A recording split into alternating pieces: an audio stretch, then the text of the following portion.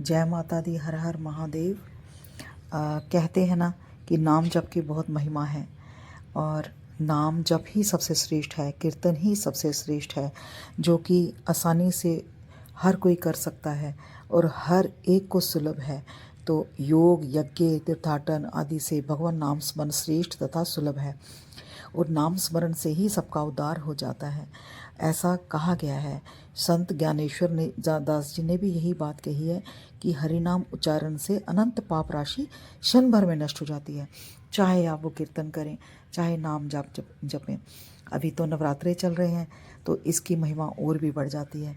वो श्री भगवान जी के नाम की महिमा अनंत है और वह बड़ी ही रहस्यमयी है।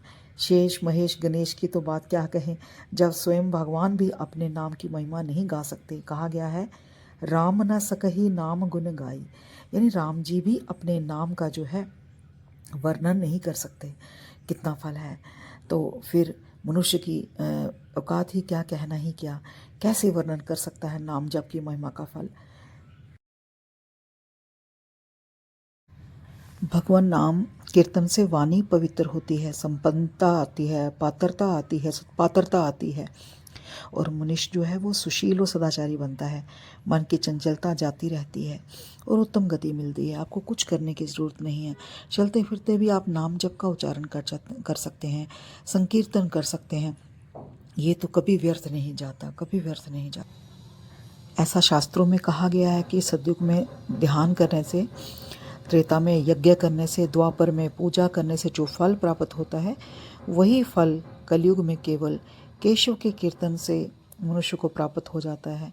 ऐसा नारद पुराण में भी कहा गया है। विष्णु पुराण में यहाँ तक कहा गया है कि अवशे नापी यनामिग्र कीर्तते सर्वपातके पुमान विभुच्यते सदा सिंह त्रसतेर मृगगेरिव, यानी विवश होकर भी जिस हरि के नाम का कीर्तन करने पर मनुष्य संपूर्ण पापों से वैसे ही छूट जाता है, यानी जिससे संपूर्ण पाप उसी तरह भाग जाते हैं जैसे सिंह से डरकर हिरण भाग जाता है। इतनी महिमा है नाम जप की। मनुस्मृति में तो यहाँ तक कहा गया है कि श्री हरि के नाम में पाप नाश करने की जितनी शक्ति है उतनी पाप करने में चंडाल भी समर्थ नहीं, यानी चंडाल जितने पाप कर सकता है कर ले तो उतने उतने पापी उतना पापी रह ही नहीं सकता।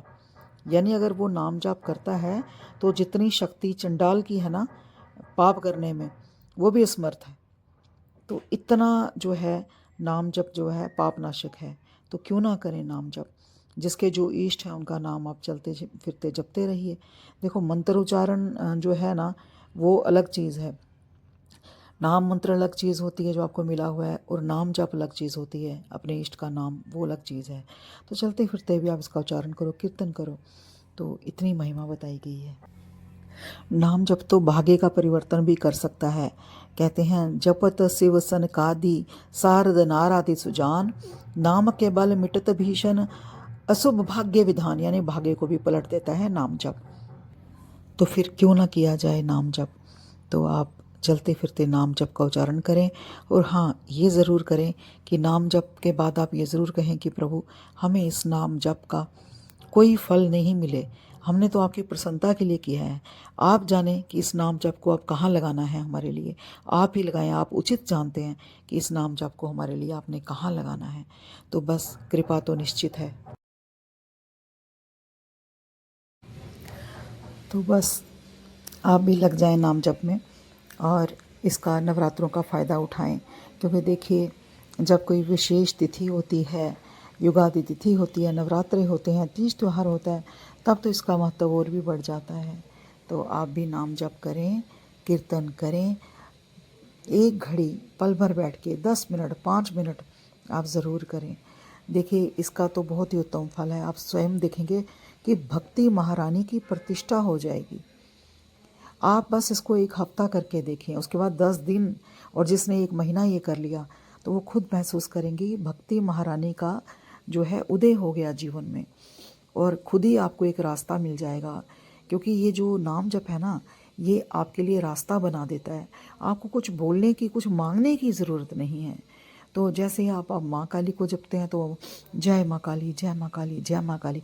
क्यों, देखो चलते फिरते गुरु मंत्र नहीं किया जाता। गुरु मंत्र के लिए तो एक आसन चाहिए होता है, पवित्रता चाहिए होती है। आप मंदिर में बैठ के करें, अपने पूजा घर में बैठ के करें। लेकिन नाम जप तो आप चलते फिरते कहीं भी कर सकते हैं, कोई भी अवस्था में कर सकते हैं, तो इसमें कोई हर्ज नहीं है।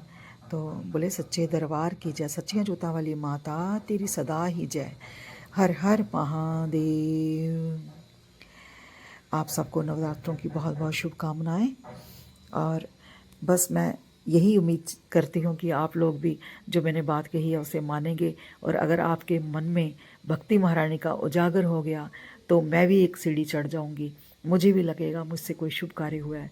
100 में से अगर 2 लोग भी मेरी बात सुन के इस पे अगर अनुसरण करते हैं, अमल करते हैं, तो बस आज का जो कीर्तन है ये सफल हुआ। बोलो सच्चे दरबार।